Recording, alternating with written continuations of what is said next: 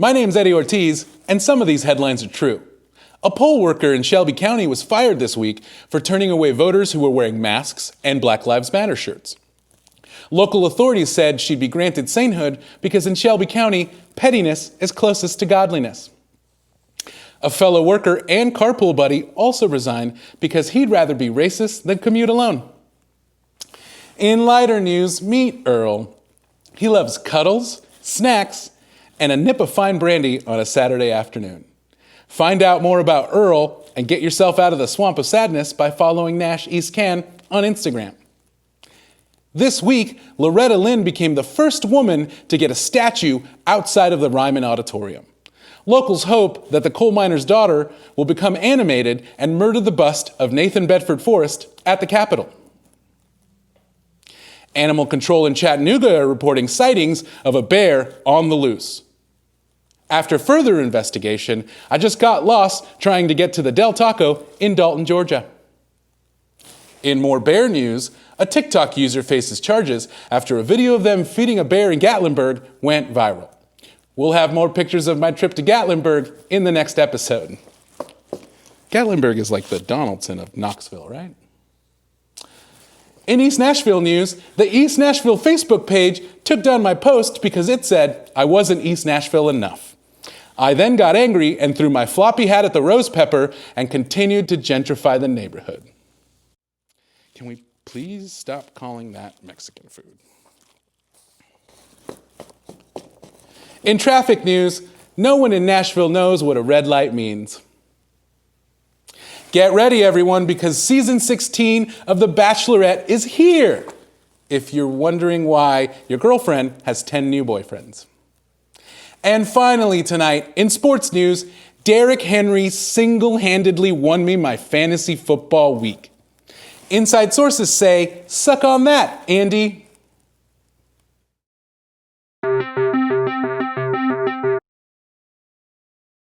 This time of year can be very divisive, but we're all adults here. So now with the segment we like to call RIP or MVP, here's Corey Perry to discuss Halloween candy. Corey? Thanks, Eddie. We'll start with the most obvious. Candy corn. Jokes. RIP. If I wanted to hear another joke about an orange piece of trash, I turn on the real news. Fair enough. Let's start with one of my personal favorites. How do you feel about the Tootsie Pop? Tootsie Pops? Tootsie Pops are good. I mean, not the chocolate ones. Plus you gotta be careful of the old Tootsie Pop, because they get the air bubble and slice your mouth up. And fuck that owl, too.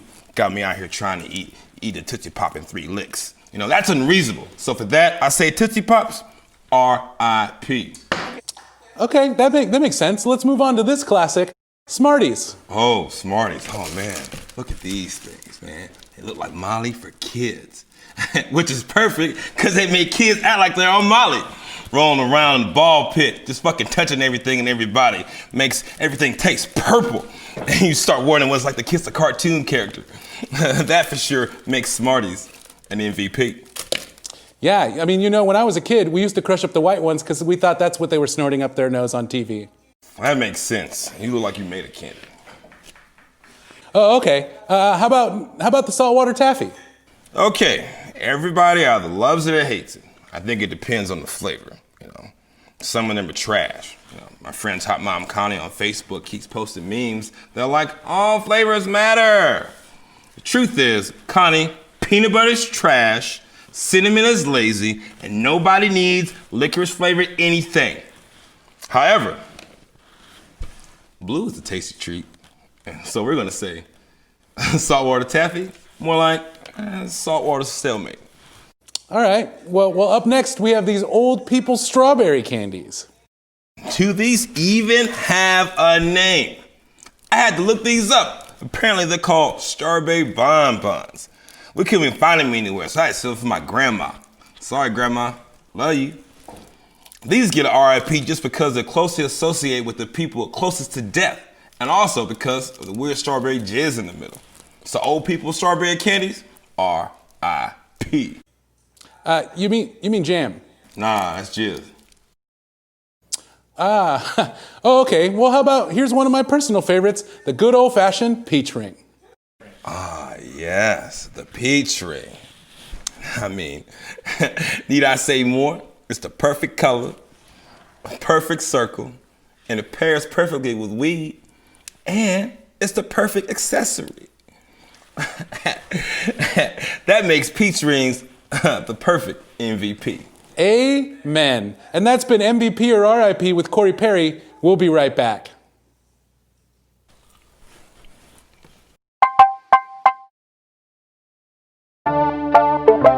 With large gatherings discouraged, some people have decided to take their live shows online. Now with the creator of the Mars Variety Hour, here's Hope.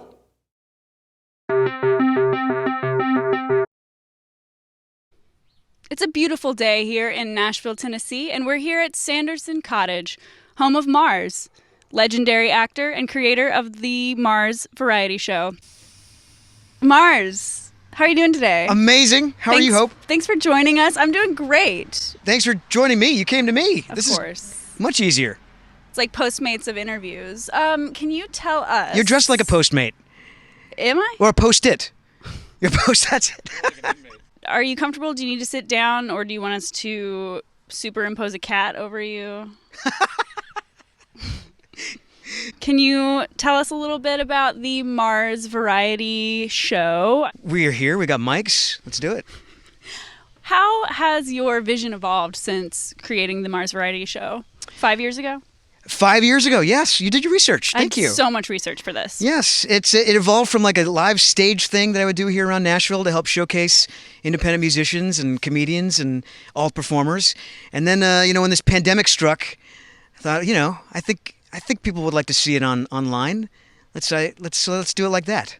I had seen my share of bands in LA, and I had never seen anything like I experienced here in Nashville. It's more than just country music, as I discovered. And I would see these amazing cats and kittens just like pouring their guts out on stage for like 6 people or people on their phones. And I was like, that's the performer in me just couldn't stand for that. So I was going to turn 40, and I thought for my midlife crisis, I didn't need like a motorcycle or a new girlfriend. I decided to throw myself a variety show. I've been obsessed with like the classic variety shows of the 60s and 70s, like Laugh-In, Hee Haw. You heard of Hee Haw? Heard Hee Haw. Dean Martin show. And I'm like, I'll do it. I'll be the Dean Martin. I'll invite all my musician friends, comedian friends, all performers, circus performers, artists. Got in a venue and did a night of what I call a relentless night of comedy. If there was something going on stage, that was done. Lights out stage, lights up at the bar, skit at the bar. I didn't give people any time to look at their phones. And it was such a hit that I just kept doing it. I kept doing it live. And then since my background is television, I thought it was a no-brainer to kind of conceive it as a TV entity. And then when COVID hit, turning it into a YouTube show is the next thing. Without alienating anybody, can you pick out some favorite acts that you've had? It's like picking my favorite child, and luckily I only have one, so that's easy. But man, I've had the Admiral Funk Brass Band from Nashville here. I had fantastic comedian Eddie Ortiz, who I think is on your show. I think so, maybe? Yeah. Madison Ward and the Mama Bears is one of my favorites. Samantha Crane, King Corduroy, Brad Sativa. Oh my gosh, Lydia Britton. I mean, like I truly love everyone that has given me some of their time. How goofy does the variety show get? It gets pretty goofy, pretty zany. Yeah, indeed. Nice. It gets pretty yucking goofy sometimes. Incredible. Yeah.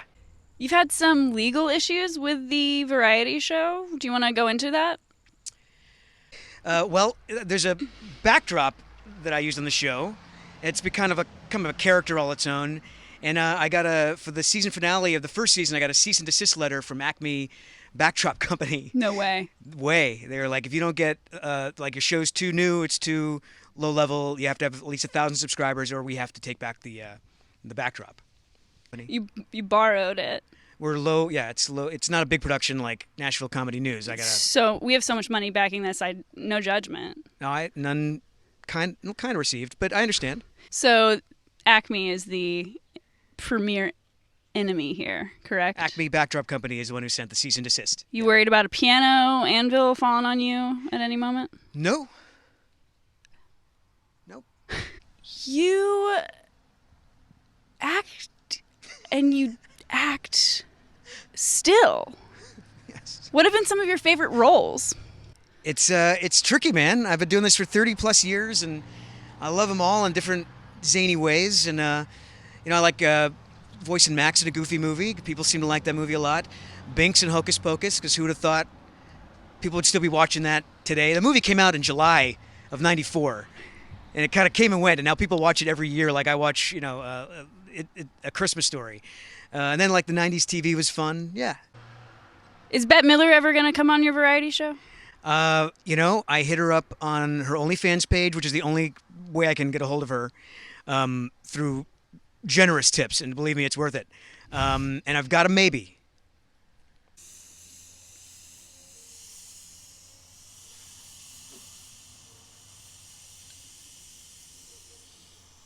Do you have a Halloween-themed episode of the variety show coming out? And if so, when and where can we catch that? Thank you for asking. Yes, there is a big Halloween episode coming up, and it's going to premiere Monday the 26th at 5 p.m. on YouTube. But if you type Mars Variety Show or Mars Presents channel, that's where you can get it. Please make sure you like and subscribe, just like you should be doing to Nashville Comedy News right now. Perfect. Thank you for In fact, doing if the that. producers had any sort of sense, there'd be a little animated button right here that does this, that you should press to subscribe, because it's important. If you subscribe, that means you're supporting local comics. You're supporting local talent. And we can buy better wigs next time. That's a wig? No. It takes a full house to get any creative project off the ground. And step by step, Mars has found a way to get these boys and girls to meet the world and not feel so goofy. Movie. It's not just a bunch of hocus pocus. For Nashville Comedy News, this is Hope Jude Law signing off.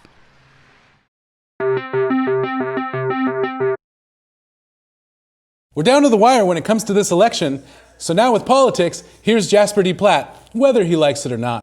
Jasper? Marquita Bradshaw. Thanks, Eddie. Ah! I'm a white lady. This may seem like extreme measures, but we actually have to talk about politics this time. Oh, so you heard about my dog? Dog? What dog? I got a new puppy. I named her Politics. Okay, great for you, but we need to talk about this election. Ah, lucky me, I got a new cat too, and I named her Election. Okay, I mean, do you agree with the Democrats or the Republicans? Funny you should ask. Both. Both? How? I have a gerbil named Democrats and a hamster named Hitler. You named your hamster Hitler? Well, it was named Charlie Chaplin, but then the hat kept coming off, and he kept trying to repeal Obamacare. How am I supposed to respond to that? By voting blue. Well, with politics, that's been Jasper D. Platt. We'll be right back. No, wait. Marquita Bradshaw, save me! You're my only hope!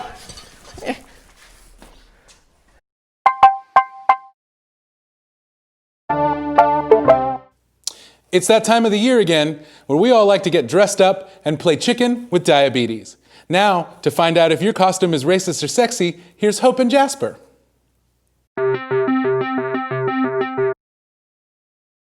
that boil on your back doing? Oh, it's not good. Oh It my is God. leaking. Have you had someone take a look at that yet? No, should I?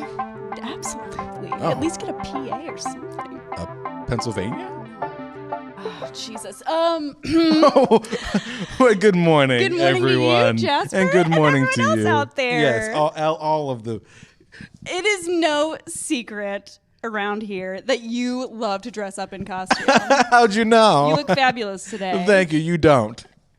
Well, that's good news because we have in studio our very own model, Sandy Crawford. Wow. Hello, Sandy. Straight off the street, here to model some Halloween costumes for us. Well, I cannot wait. Let's check out this first one she's got on. Let's get started.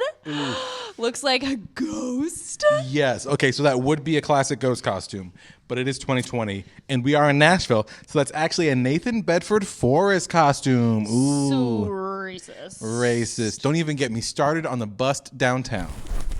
What about free the nipple? Yes. Yes. Remove the bust and free the nipple. A woman doing what she wants. That is sexy. You're right about that. One of the things you're usually right about. I'll take it. Next up, we have an aviator costume. Ooh, like the sunglasses. No, like the Leo DiCaprio movies. Ooh, Romeo and Juliet. No, Hateful Eight. Ooh, Catch Me If You Can. No, Growing Pains. Ooh, Django Unchained. That's the one. That is sexy. I don't feel comfortable using the N-word. Racist! Well, I don't know where that came from. Neither do I. Wow, okay, all right. Okay, right. Who do we have here? Let's see. Looks like No, get the fuck out of here with that bullshit. Are you kidding me? Who okayed this? I did not. Not Did me, you? no. No, God, no. What if Well, I'm they don't have British? guns. The cops don't have guns in Britain, so. Yeah, but they did invent racism. Ooh, yeah. Okay, for those at home, colonialism is racism. All right, let's move on. Let's please move on. Yeah, okay. Wow. Gorgeous. So brave. RN. Amazing. Not sexy, not racist. A hero. A real life superhero. You know what that deserves? What does it deserve? I'll give it a Yas Queen. Go off, Hunty. Okay, I don't know. What was that? I don't know what that. I've heard someone say it once. Oh, okay, cool. Okay, we have a controversial figure coming up here. Oh, who? Miss Paula Dane. Oh, wow. Miss Paul. Wow. That is sexy. Okay, racist. Well, and racist, yes. high in cholesterol. Is this sexy? I'd slather that on a biscuit. I like that with a side of gravy in the morning, and all I'm saying. No. Oh, okay. Okay. Oh, and now it is time for the scariest costume of all, everybody. Oh my God, wait. Are you telling me that they have a costume of me showing up to the May 3rd, 1997 Hamilton Middle School Spring Follies talent show fully dressed as the artist formerly known as Prince? And everyone thought I was Howard Stern. Nah, dude, she corona. Oh. She's coronavirus. COVID-19. Yes. So yes. racist. Racist, because it disproportionately affects people of color. Well, thanks again to our model, Sandy. Yes, Cindy, thank you Honey, so you can much. take home that butter if you want. Yes, well, that's our segment. I hope we've helped you make the right decision, and I hope everyone out there, hey, hope that's your name, has a safe, fun, and festive Halloween season. And don't forget, y'all, stay woke. And hail Satan. Yeah, my wife just left like in the middle of the night. It The was mailman cut a hole in the condom. again. Again. Jesus Christ, dude! Are you buying the condoms first, or is you just trusting him? Is it life?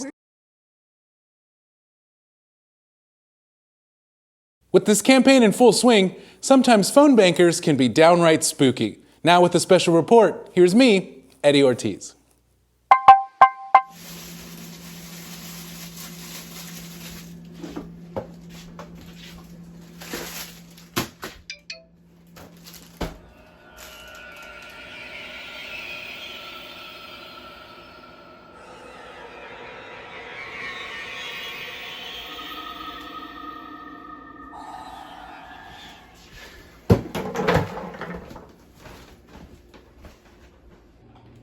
No idea the physical toll that 3 vasectomies have on a person. And I bought this condo to fill with children. I'm so sorry that I don't want to bring kids into this.